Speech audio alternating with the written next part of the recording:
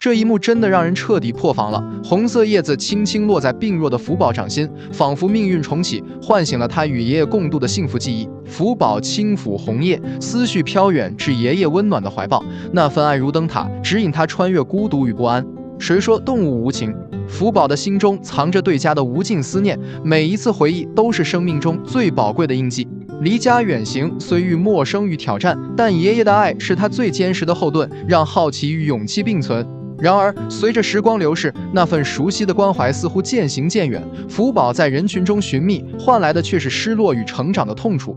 不知道宋爷爷看到福宝拿着红色叶子的视频，会不会再一次崩溃？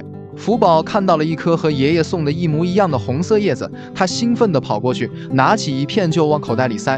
这一幕被爸爸拍了下来，爷爷生前对福宝的爱，福宝虽然小，但他都记在心里。